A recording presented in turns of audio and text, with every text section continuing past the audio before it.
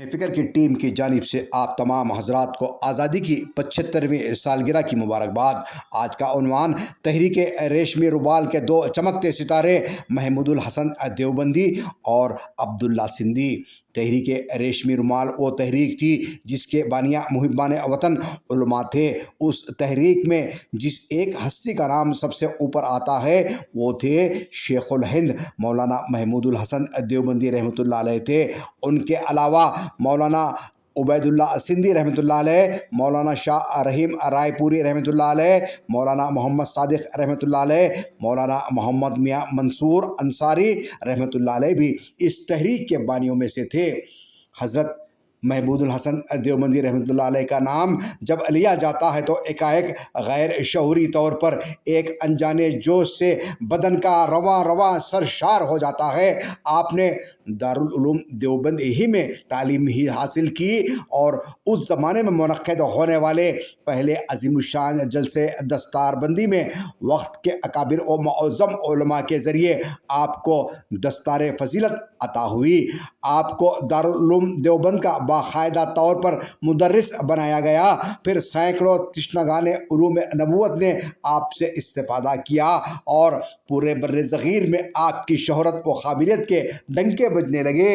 لیکن ایک بات یاد رہے، علم و عمل کے مسند سجانے اور اشاعت علوم نبوت کے میدان میں اپنا لوہا منوانے کے ساتھ ساتھ احوال زمانہ سے کبھی غافل نہ رہے، بلکہ انہوں نے دیوبند کی چٹانوں پر بیٹھ کر پورے عالم کے حالات پر نظر رکھی۔ کسی کو شبہ بھی نہیں ہو سکتا تھا کہ یہ زاہد فی الدنیا بزرگ، جس کی ظاہری زندگی مسجد و مدرسے تک ہی محدود ہے، وہ کسی بین الاقوامی تحریک کی بھی قیادت کر سکتا ہے اور حکومت کی بنیادیں ہلا سکتا ہے۔ یہ بات کسی وہم و گمان میں بھی نہ گزری تھی، مگر آگے جا کر وقت نے بتا دیا کہ یہی وہ مجاہد شخص تھا جو 10ویں سال دیوبند میں بیٹھ کر خلافت عثمانیہ کے خلاف انگریزی ریشہ دوانیوں اور موجودہ ترکی کے دو شہر بلغان اور طلبرس کی خون سے بھری داستانوں اور عالم عرب پر انگریزی چہرہ دستیوں پر کرب کی حالت میں راتوں کو کروٹیں بدلتا رہا، اور جس نے بالآخر کود پڑا آتش نمرود میں عشق کا مظاہرہ کرتے ہوئے عالم اسلام کو انگریز سے نجات دلانے کے لیے ایک تحریک کا منصوبہ بنایا، جسے بعد میں تحریک شیخ الہند یا تحریک ریشمی رومال سے موسوم کیا گیا۔ یہ تحریک کیا تھی؟ اس کا نام تحریک ریشمی رومال کیوں پڑا؟ اس کا مقصد کیا تھا؟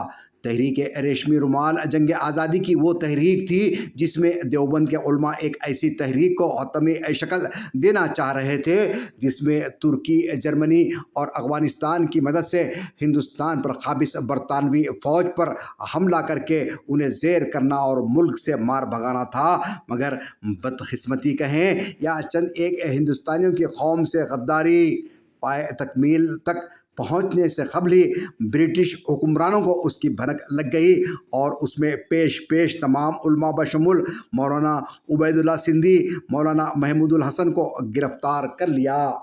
اکتوبر 1915 میں جب پہلی جنگ عظیم میں برطانوی حکومت پھنسی ہوئی تھی، مولانا محمود الحسن جو اس وقت دارالعلوم دیوبند کے صدر مدرس تھے، ان کے شاگرد مولانا عبید اللہ سندھی نے افغانستان کا رخ کیا۔ ان کا مقصد ہندوستان کے قبائلی علاقوں میں مسلمانوں کو برٹش حکومت کی ہند مخالفت کارناموں سے آگاہ کر کے انہیں انگریز حکومت کے خلاف بغاوت کے لیے تیار کرنا تھا۔